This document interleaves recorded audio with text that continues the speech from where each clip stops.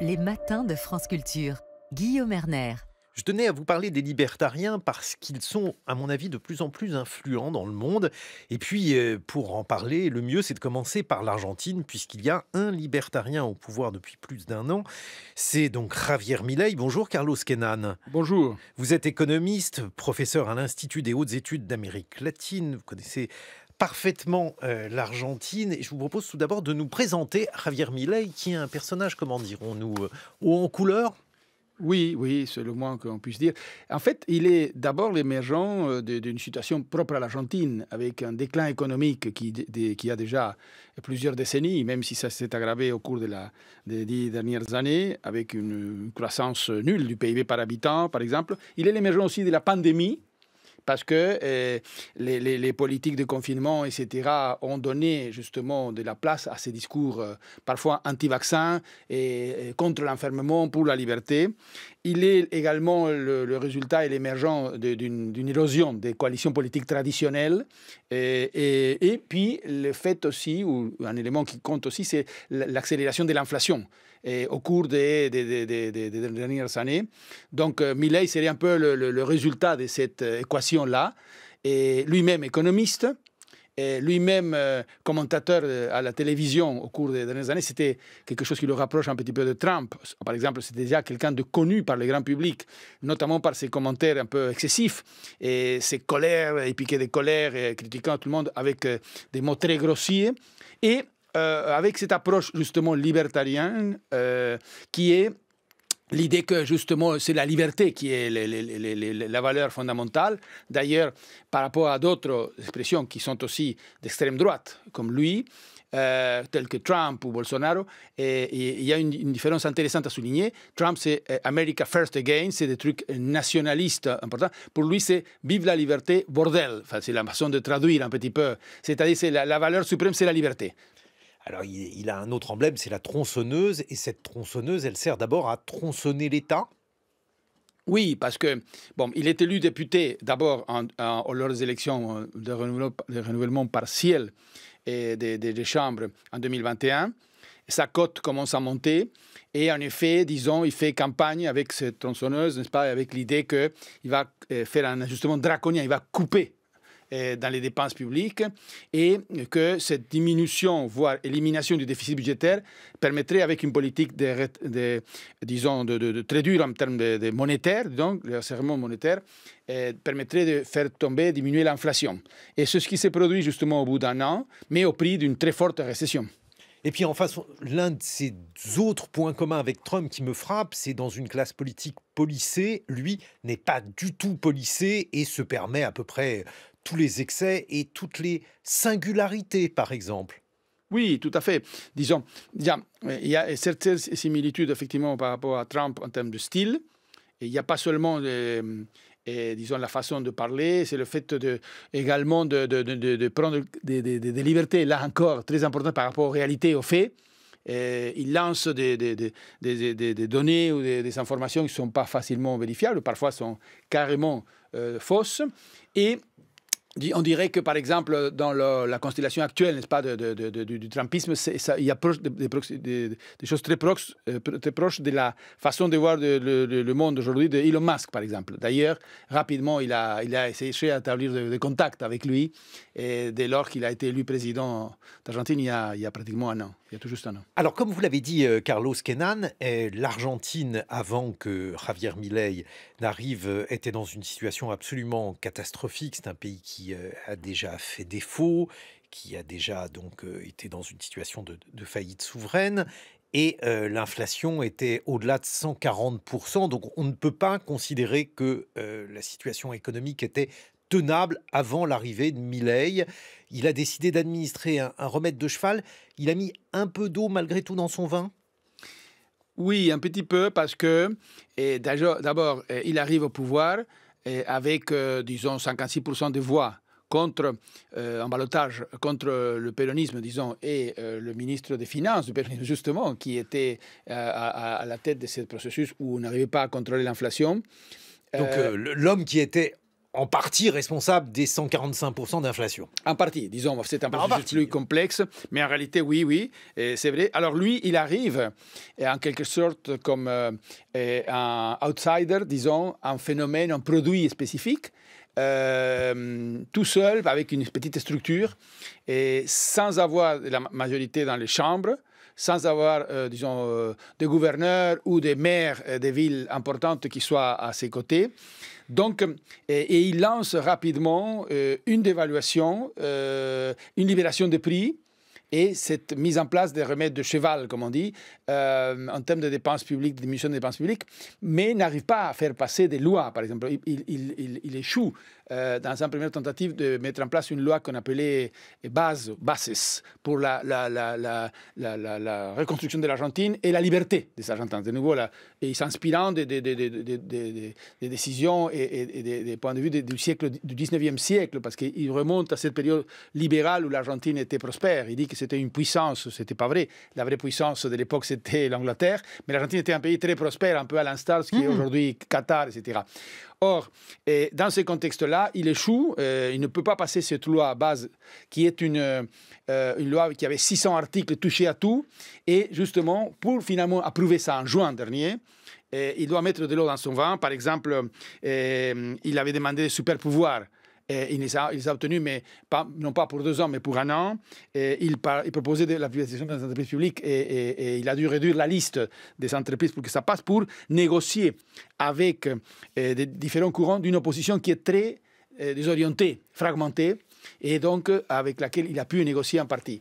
On dirait qu'il est très idéologue, libertarien, et avec des objectifs maximalistes, mais qui a finalement montré aussi être un tacticien du point de vue politique. En tout cas, les gens qui l'entourent, ils gardent toujours, là, un peu à l'image de Trump, les grands discours sur les questions fondamentales, et puis ce sont d'autres ceux qui négocient. Et alors, donc concrètement, qu'est-ce qui aujourd'hui est observable en Argentine? Donc le FMI est très content. Alors c'est une bonne chose pour le pays sur le plan macroéconomique. Sur le plan microéconomique, pour les Argentins, ce n'est pas forcément une bonne chose. Peut-être on pourrait résumer tout ça en disant que la situation actuelle se caractérise par le fait qu'effectivement, il a réussi, parfois en repoussant des dépenses, parfois, disons, avec une soutenabilité douteuse, mais a réussi à passer d'un déficit de 5% du PIB à une situation de léger excédent.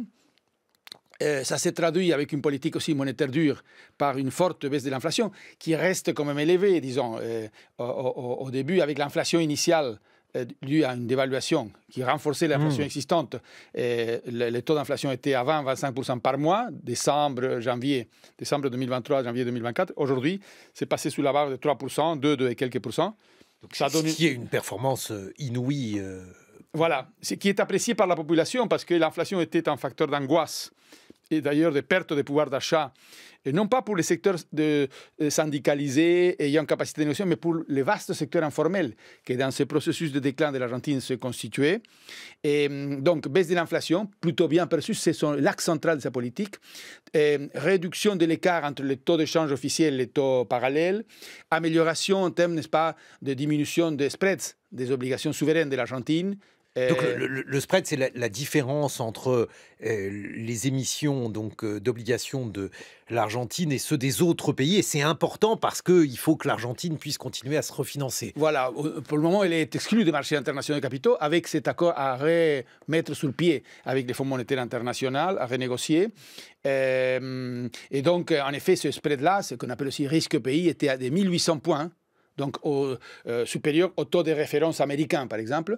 Donc impossible de financer cela. Maintenant, c'est devenu de 700 au niveau de 700, un petit peu moins. Donc, ça commence à devenir plus normal. Et donc, une série de facteurs, finalement, qui rendent compte d'une amélioration de la situation monétaire et financière. Mais, comme je le disais, au prix d'une au prix d'une forte récession, le PIB va tomber de 3,5% cette année 2024. Si on ne considère pas le fait qu'il y a un grand rebond de la production agricole d'exportation, parce qu'en 2023, Et il y a une grande sécheresse en Argentine et le fait qu'il y a aussi un boom des exportations de pétrole, gaz et produits miniers, et la chute de l'activité économique serait de 6%. Donc, la situation est celle-ci. Il y a des symptômes, n'est-ce pas, de rebond de l'activité ici et là, mais c'est encore très faible. Et puis, il y a un certain nombre de doutes sur la soutenabilité de cet ajustement draconien. Bon, alors, et par ailleurs, l'une des conséquences, mais c'est quasiment une conséquence mécanique sur le plan macroéconomique, c'est que lorsqu'on jugule l'inflation avec une baisse des dépenses étatiques, la pauvreté augmente de manière immédiate et malheureusement importante. Exactement, disons. Cette récession très, très marquée dont je viens de parler a renforcé un processus d'augmentation de la pauvreté qui était déjà présent. Selon les statistiques officielles, le taux de pauvreté est passé de 40 et quelques pourcents à 52%, donc une hausse de 12 points de ce taux de pauvreté. Il faut rappeler, peut-être comme une référence, que dans les deux gouvernements précédents, le gouvernement du président Macri entre 2015 et 2019, centre-droit, et puis le gouvernement d'Alberto Fernandez, le péronisme, etc., 2019-2023, plutôt centre-gauche, pour ainsi dire, les taux de pauvreté avaient augmenté aussi de 12 points entre 2015 et 2023. C'est-à-dire que sur un an, Milei a fait, disons, augmenter la pauvreté et à peu près du même taux que dans les 8 années précédentes sous deux gouvernements d'orientation politique différente aussi. Mais alors, ce qu'il dit pour se défendre, ou ce que disent les partisans de Milei, Carlos Kenan, c'est que de toute façon, l'inflation n'est pas soutenable pour les moins riches et que c'est la totalité donc, de la classe moyenne qui, si elle n'est pas en deçà des seuils de pauvreté, est dans une situation économique intenable. C'est l'économie du diable, l'inflation. C'est clair que faire diminuer l'inflation est un facteur important pour éviter la progression de la pauvreté. C'est d'ailleurs très important pour le vaste secteur informel dont je parlais, qui n'avait pas de capacité de négociation, alors que les secteurs organisés en syndicats, etc., qui étaient autrefois beaucoup plus puissants en Argentine, et pouvaient se défendre vis-à-vis de l'inflation auparavant. Mais la classe moyenne est très touchée malgré tout parce qu'il y a une hausse de prix, des tarifs électriques, etc. Et ceci est quand même un des points d'interrogation. Jusqu'où va tenir la classe moyenne dans le cadre de cet ajustement? Et alors, par ailleurs, parce qu'il faut en parler aussi, chez Milei, il y a en quelque sorte cette même synthèse qu'on retrouve chez certains Trumpistes, c'est-à-dire que c'est à la fois donc un libertarien, mais c'est quelqu'un aussi qui est politiquement d'extrême droite, ce qui n'irait pas forcément de pair, on en reparlera dans quelques minutes, et qui a, disons, une attitude plus qu'ambiguë par rapport à la dictature argentine. Voilà notre point, effectivement, parce que économiste, polémiste connu à la télévision, etc., très, très axé dans son discours sur la diminution de l'inflation, la réduction du rôle de l'État, avec un discours très anti-politique, comme c'est le cas anti-élite, anti-caste, comme il dit. Ça, c'est un ingrédient. Mais l'autre ingrédient, c'est que d'autres groupements ou courants ou individus d'extrême droite se sont joints à lui et avec un discours de révision des crimes de la dictature militaire des années 70-80 et avec une autre perspective aussi sur d'autres thèmes ou d'autres sujets un peu sociétaux. Il est climato-sceptique, il est très réticent par rapport aux politiques de genre. Il a éliminé le ministère de la femme, par exemple, en disant qu'il n'y a pas de raison de mettre en place un ministère de ce type parce qu'avec ce critère-là, on devrait mettre en place un ministère pour les hommes. Enfin, toute une discussion qui a été déjà largement dépassée sur ce qui est l'égalité formelle devant la loi. C'est vrai que les femmes et les hommes sont égaux, mais la différence qu'il y a pour ce qui est de l'égalité réelle, en effet. Donc voilà, il y a tous ces ingrédients aussi qui font partie du phénomène Milei. Ça, c'est ce qui le rapproche le plus des masculinistes américains. Absolument. Absolument. Et ça fait partie aussi d'une autre discussion. Si on rappelle Umberto Eco et ses fameux points, n'est-ce pas, sur ce qui caractérisait les discours fascistes ou fascistissants, l'extrême virilité. est une, entre guillemets, est un autre ingrédient important, y compris par ses allusions, du point de vue Milei, sexuelles en permanence sur la capacité à faire des choses qu'il évoque. Donc voilà. Oui, parce qu'il se présente comme un gourou du sexe tantrique. Donc voilà, exactement. Quand je disais qu'il était un peu détonnant dans le paysage politique mondial, ça fait partie effectivement de ses particularités. On se retrouve dans une vingtaine de minutes, Carlos Kenan. Je rappelle que vous êtes économiste, vous êtes professeur à l'Institut des hautes études de l'Amérique latine. Et alors, on va élargir ce propos parce que ces libertariens, ils sont passionnants actuellement, d'après ce que vous venez de dire pour l'Argentine, bien sûr, mais aussi pour les États-Unis. Ils ne sont pas forcément cohérents les uns avec les autres. Il y a des différences entre Elon Musk et Javier Milei. Et nous serons en compagnie d'une politiste, Olivia Leboyer, qui est docteur en sciences politiques et qui a beaucoup travaillé sur la pensée libertarienne. 8h sur France Culture.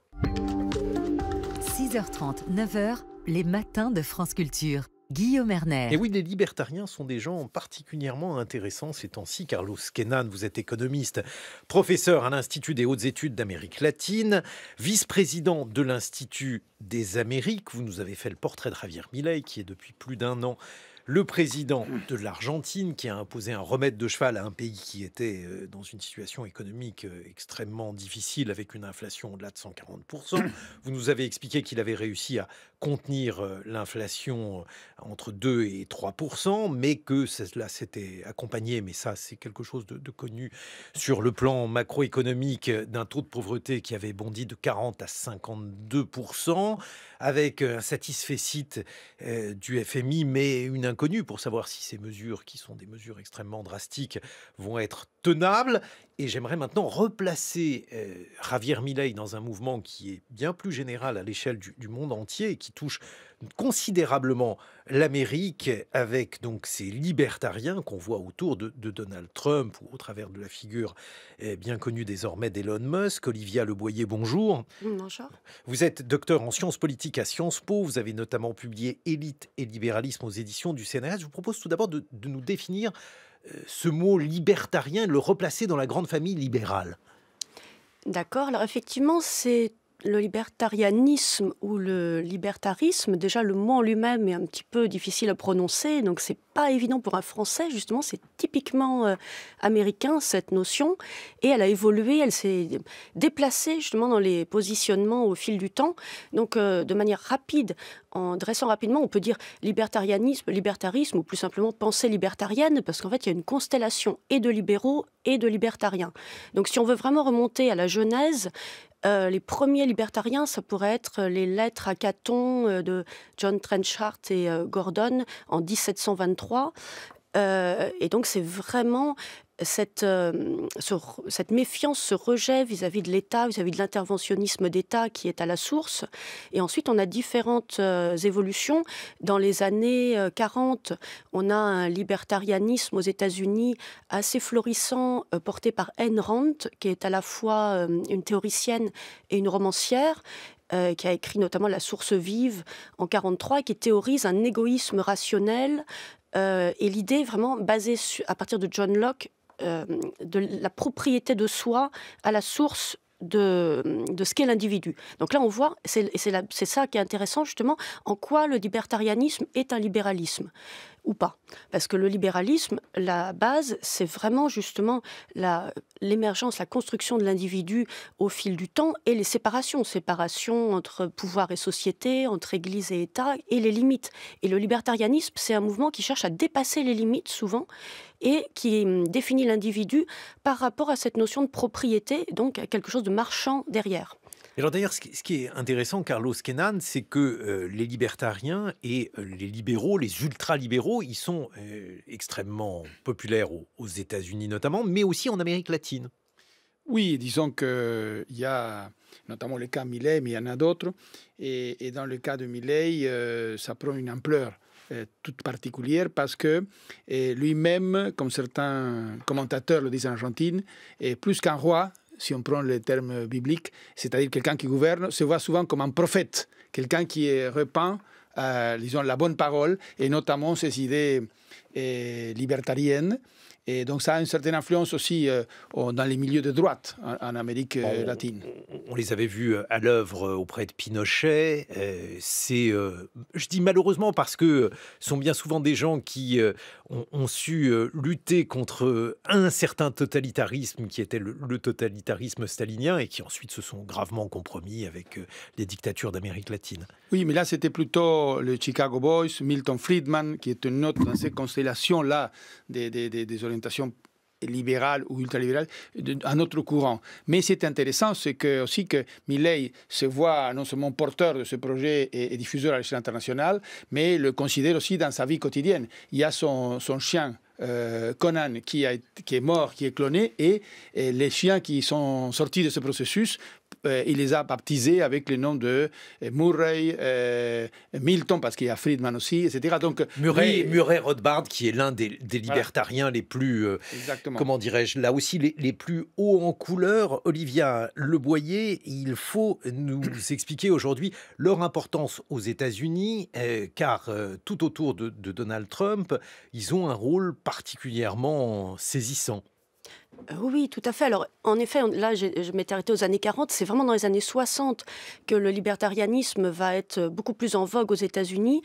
Avec la guerre froide, notamment, ça va cristalliser les positions. Et au début, les libertariens se veulent ni droite ni gauche, c'est-à-dire ils se positionnent plutôt à l'écart, enfin, différent des conservateurs du Parti républicain et en opposition aux liberals qui, eux, sont en faveur de l'interventionnisme de l'État. Et puis, progressivement, la guerre froide va faire que certains libertariens vont aller plus vers la gauche radicale, notamment Rothbard, à un moment donné, dans l'opposition à la guerre du Vietnam, dans l'opposition au paternalisme, à l'autoritarisme, voilà. On aura donc... et après, au fil du temps, dans les années 70, 80 et après, le libertarianisme va se réorienter encore à droite, et notamment dans les milieux très conservateurs. Et aujourd'hui, les libertariens aux États-Unis, on a beaucoup plus de libertariens liés à la droite assez radicale que l'on voit émerger. Donc ceux qui gravitent en ce moment autour de Trump, de Musk, et Musk lui-même, se réfèrent à pas mal de libertariens et une sorte de cocktail un peu de référence. Mais en effet, Rothbard est vraiment un penseur phare pour eux, avec son grand livre anarchiste et Utopia en 1974, et puis l'éthique de la liberté en 82. Enfin, cette idée vraiment qu'il y a des ferments, des germes anarchistes dans le libéralisme, et que vraiment on est contre la redistribution, la justice sociale, on est pour la plus grande ouverture, voilà, donc c'est oui, de plus grande ouverture des forces du marché, des forces vives. Au besoin, parce que moi c'est ça qui m'a toujours fasciné chez Rothbard, c'est que c'est quelqu'un d'une grande radicalité qui considère donc que tout doit être privatisé, tout, y compris les rues, l'air, les enfants, puisqu'il propose de vendre les enfants, et il dit, c'est assez logique d'ailleurs dans sa présentation, que si on achète un enfant très cher,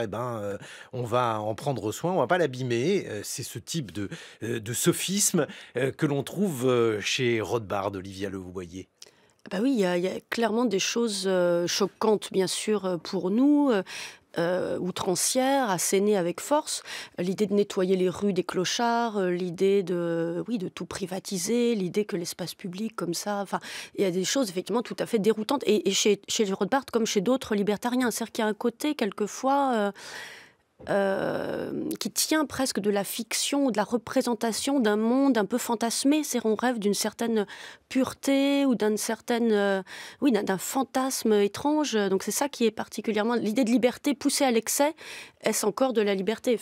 Mais alors, moi, ce qui m'avait étonné quand je suis allé à Washington pour les élections, c'est qu'on a rencontré, par exemple, le vice-président de l'Heritage Foundation, qui est un think tank libertarien très important, qui est un monsieur très conservateur, alors que des gens comme Rothbard vivaient comme des hippies et considéraient qu'évidemment toutes les drogues devaient être libéralisées, qu'il n'y avait absolument aucune raison d'avoir un mode de vie conservateur si on ne souhaitait pas avoir un mode de vie conservateur. Oui, vous êtes économiste, moi je suis plutôt... politologue, mais c'est vrai qu'en économie ou en matière sociétale, il y a des paradoxes extrêmement forts. On peut être libéral économiquement et tout à fait... voilà, il y a un cocktail parfois détonnant Je vous laisse peut-être... Carlos Kenan. Oui. En économie, c'est clair qu'il y a même cette vision outrancière où souvent c'est le bien et le mal. Le bien, c'est le marché, le mal, c'est l'intervention étatique. Et en effet, disons, il y a des combinaisons diverses avec les aspects sociétaux. Dans le cas de Milei, on évoquait tout à l'heure, il y a une convergence avec d'autres mouvements de droite, disons, radicales, climato-sceptiques, contre les politiques de genre. Tout ça prend des formes diverses, mais effectivement, ou les rapports à la famille. Par exemple, Milei refuse carrément d'avoir des enfants, alors qu'Elon Musk, c'est public, ça lui a dit non, c'est le contraire, il faut en avoir des dizaines. C'est ça qui est assez intéressant chez Musk, c'est qu'il y a une dimension très eugéniste chez lui, avec une sorte de darwinisme social très fort, alors que si l'on prend Javier Milei, il y a un discours a priori très anti-élitiste. Oui, c'est la caste, comme il dit, qui doit être combattue, mais la caste politique, disons, et peut-être pas la caste économique. Disons, parce que là, par exemple, concrètement en Argentine, il a plutôt, en ce moment, ça peut varier, ça peut changer, et le soutien du pouvoir économique le plus important, le plus concentré. Donc, il y a des nuances, effectivement, à faire, mais j'insiste sur ce fait que, à l'instar de Rothbard, c'est l'idée qu'il faut laisser l'initiative privée, les marchés, à tout faire, et que même toute politique qui invoque la justice sociale est une anomalie, une aberration, des choses qui seraient finalement négatives. Ce qui s'articule avec une idée aussi très importante, c'est que l'Occident est en danger, ce qui est apparu dans les discours, par exemple, à Davos et ailleurs de Milei, face à une montée du collectivisme, voire du communisme, dont on ne voit pas bien, effectivement, où est la manifestation concrète, ce qui ferait qu'en termes politiques, par exemple, Michelle Bachelet, l'ancienne présidente socialiste du Chili, et Staline, c'est à peu près la même chose. Et alors là, peut-être que le penseur le plus articulé, le plus sérieux, il a obtenu le prix Nobel d'ailleurs, c'est Frédéric Hayek. Quelques mots, Olivia Leboyer, pour nous présenter Hayek. Oui, juste sur Milei à l'instant, c'est vrai qu'il y a une méfiance vis-à-vis des institutions, du politique. Il parle du Parlement comme d'un nid de rats. Enfin, il y a vraiment un discours très virulent. Et sur l'aspect conservateur de certains de ces libertariens comme Musk ou Milei, c'est vrai qu'on a l'impression qu'il y a une vision du surhomme, enfin quelque chose, cette idée de dépasser les limites et que l'individu se dépasse et dépasse ce qu'est l'homme, en fait, c'est très troublant. Enfin, c'est vrai que du coup, on en arrive à la cristallisation d'angoisse peut-être que ces personnes ont par rapport à leurs conditions d'être humain. Enfin, c'est particulier. Hayek, alors, est tout à fait fascinant à lire, notamment La route de la servitude ou Droit, législation, liberté, qui sont des ouvrages en plus très agréables sur le plan du style, parce qu'il y a une virulence, justement un art de l'image, et en revanche, c'est vrai que c'est un libéralisme du pur et dur, si on peut dire, assez radical, où en fait, dans le curseur entre égalité et liberté, il placera toujours la liberté en premier. Donc ce sera toujours libéral d'abord. Donc effectivement, pas de justice sociale. Et il parle de la justice sociale comme d'un mot fouine. Il dit c'est comme dans une pièce de Shakespeare, il y a cette idée du mot fouine, un œuf que la fouine gobe de l'intérieur et on n'a que l'enveloppe, enfin, on n'a que la coquille et ça ne veut plus rien dire. Donc il dit c'est des beaux mots, c'est des beaux idéaux, mais ça ne recouvre rien. Et dans nos sociétés, on ne peut faire que nul ne trébuche. Et effectivement, voilà, c'est le pari des forces individuelles, des énergies individuelles et cette catalaxie qu'il a théorisé, donc libre jeu des forces du marché. Oui, parce que ce qu'il faut expliquer, Carlos Kenan, c'est que les libertariens, des gens comme Hayek, ne sont pas contre la justice sociale parce qu'ils sont méchants. Ils pensent que la justice sociale est avant tout un piège qui est plein d'effets secondaires et d'effets pervers, et que si on essaye d'établir une égalité sociale entre les êtres, on ne va pas y arriver et finalement on va aboutir à un système qui sera collectiviste et encore plus inégalitaire. Route de la servitude. Exactement, oui.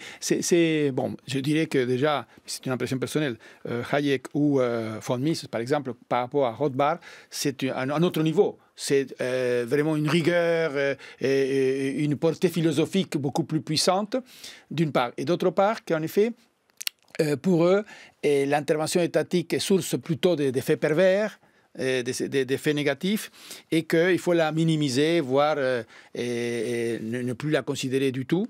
Et donc, de ce point de vue-là, effectivement, par exemple, Milei est beaucoup plus cohérent avec ça que Trump, par exemple, Milei, c'est la libéralisation totale en tant qu'objectif. Après, comme c'est des approches en termes de philosophie politique, voire économique, et ça ne donne pas beaucoup d'instruments en termes de politique économique. C'est pourquoi, d'ailleurs, on disait tout à l'heure, Milei est un peu plus pragmatique, où les équipes économiques qu'il avait initialement un peu dans cette perspective-là libertarienne, finalement ont été laissées de côté. Et le ministre actuel d'économie et des finances, c'est l'ancien ministre du président Macri, le ministre de la dérégulation également, Sturzenegger, était le président de la Banque centrale de Macri, un petit peu le rôle qui va jouer Elon Musk également de dérégulation, d'augmentation de l'efficacité de l'État. Donc il y a une difficulté à traduire en termes pratiques dans la gestion macroéconomique, dans la politique économique, ces idées libertariennes, plutôt de philosophie économique que de politique économique. Alors ce qu'on retrouve quand même, Carlos Kenan, chez Trump dans la dimension libertarienne, c'est de prendre des hommes et des femmes pour les placer à la tête de l'État dans le but qu'ils détruisent l'État. Oui, oui, tout à fait. C'est la même idée quelque part chez Milei. Il se voit comme une taupe qui, de l'intérieur, va détruire l'État. Mais, en effet, disons, tout ça est très difficile à gérer après, parce qu'il y a les intérêts sectoriels, les pays qui sont plus fédéraux ou pas. Donc, à ce moment-là, je crois que Trump l'a montré, il faut être pragmatique. Je dirais une chose quand même importante en différenciant Milei de Trump. Milei, au fond, c'est un idéologue de ces questions-là, même si après, il y a des doses de pragmatisme, alors que chez Trump, il n'y a pas de perspective idéologique. Disons, c'est le deal qui est l'élément central de sa gestion. Et il y a beaucoup de contradictions chez les libertariens. D'abord, il y a différents libertariens, comme dans toute famille de pensée. Et aujourd'hui, ils doivent faire alliance donc, aux États-Unis avec, d'un côté, les conservateurs, de l'autre, les nationalismes. Tout ça ne fait pas forcément bon ménage, Olivia Le Boyer. Oui, il y a des contradictions internes aux libertariens déjà dans leur théorie et d'autant plus de contradictions dans la mise en pratique par des hommes politiques qui s'en réclament a fortiori. Alors effectivement, Milei ou Musk ont beaucoup lu, je pense, enfin, en tout cas ils disent qu'ils ont beaucoup lu et ils ont l'air d'avoir de solides quand même références sur ce plan. Au Trump, c'est peut-être quelque chose de plus éruptif et spontané, mais il y a tout un imaginaire que ça charrie aussi. Et les paradoxes, ils tiennent beaucoup, oui, à cette question. En fait, on revient à la question qu'est-ce que l'homme? En fait, c'est vraiment de l'anthropologie. Qu'est-ce que la représentation de l'humain pour ces gens-là et qu'est-ce qui fait société, qu'est-ce qui tient les hommes ensemble dans leur vision, parce que un libertarien comme Nozick, par exemple, se réfère à Kant en disant justement qu'on prend l'individu comme fin en soi pour défendre sa vision du libertarianisme. Mais quelle fin en soi, de quelle fin en soi est-il question? C'est que quand même on en revient à quelque chose d'un peu marchand derrière. Bon, alors ça, c'est quelque chose que Margaret Thatcher disait, Carlos Kenan disait « is no such thing as society ». Elle considérait que ce n'était que des collections d'individus et que toute approche holiste était une manière, là aussi, de se rapprocher du collectivisme. Oui, tout à fait. Et là, chez les libertariens et les expressions concrètes là qu'on vient d'évoquer, Milei, Musk, etc., et il y a cet ingrédient fondamental de pousser l'individualisme à l'extrême. Moi, j'ajouterais que par rapport à la période Margaret Thatcher, etc., un facteur qui exerce, disons, une influence puissante dans l'émergence de ces courants-là de libéralisation extrême, c'est la pandémie. On trouve un élément commun parmi de nombreux acteurs dans les Amériques notamment, qui avaient justement un discours contre les confinements, anti-vaccins, liberté individuelle totale pour choisir à ce niveau-là. Donc là, je crois qu'il ne faut pas oublier ça comme un élément que dans les années 2020 donne une actualité toute particulière à ces courants-là. Oui, à ceci près, et ça aussi, ça fait partie des contradictions de ces libertariens. Donald Trump a énormément financé l'activité pharmaceutique et la recherche pour un vaccin. C'est grâce à lui, on est obligé de le constater, qu'il y a eu un vaccin, alors même qu'il va choisir un ministre de la Santé qui, lui, est très hostile au vaccin, Carlos Kenan.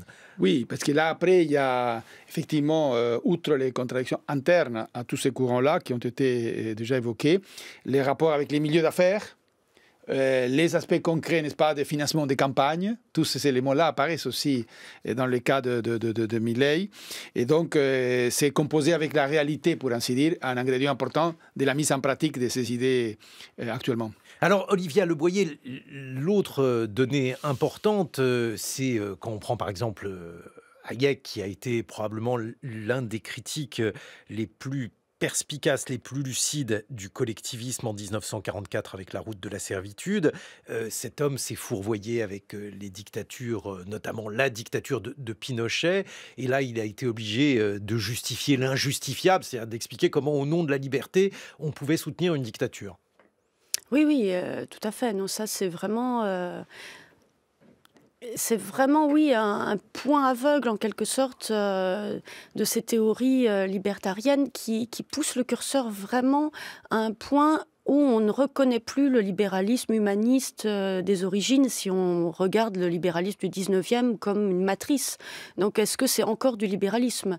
Est-ce que Hayek est un libéral? Est-ce que c'est un libertarien? La nuance, elle n'est pas anodine finalement, parce que ça dit quand même pas mal de choses sur sur ce qu'est une société pour ces théoriciens. Et oui, Carlos Kenan, ça fait partie effectivement des, comment dirais-je, des pierres dans le jardin libertarien. Et aujourd'hui, eh bien, ils resteront à tout jamais associés à l'expérience de Pinochet et autrement dit au fait que ce libéralisme a servi l'illibéralisme et même les premiers illibéralismes d'Amérique latine. Oui, tout à fait. Disons, en réalité, c'est une question à creuser, mais ce libéralisme extrême qui se manifeste au niveau d'un certain nombre de thèmes sociétaux ou au niveau de la gestion et des propositions en matière économique va de pair, y compris chez Milei, avec des éléments d'autoritarisme politiques qui ne sont pas, bien évidemment, comparables à la situation de Pinochet ou à la dictature de Videla, mais dont on va pointer une intolérance, pour ainsi dire, sur le plan politique, qui est contradictoire par rapport à ces idées de choix libres sur tous les plans. On pourrait multiplier les exemples là pour voir que... Oui, en fait, c'est cohérent avec ce que vous évoquiez tout à l'heure, Carlos Kenan, c'est-à-dire ces gens voient des communistes partout. Tout à fait, là, même lorsqu'il n'y en a presque plus, effectivement. et même en signalant ça, j'insiste, comme c'était le discours de Milei à Davos, en alertant l'Occident sur toutes les orientations démocrates chrétiennes, disons sociodémocrates, etc., qui, en introduisant des éléments de politique de lutte contre les inégalités, de justice sociale, sont des chevaux de Troie, pour ainsi dire, d'une réémergence du communisme à travers ça, à travers les politiques des gens, à travers la lutte contre le changement climatique, par exemple. C'est-à-dire un communisme déguisé, quelque part, qui est là et qui pourrait donc refaire surface à tout moment. Vous êtes en train de dire que François Bayrou pourrait bien être communiste, on ne sait pas. On verra si c'est lui qui est nommé ou quelqu'un d'autre. Merci beaucoup, Carlos Kenan. Je rappelle que vous êtes économiste, professeur à l'Institut des hautes études d'Amérique latine et vice-président de l'Institut des Amériques, Olivia Le Boyer. On vous retrouve dans votre livre « Élite et libéralisme » aux éditions du CNRS.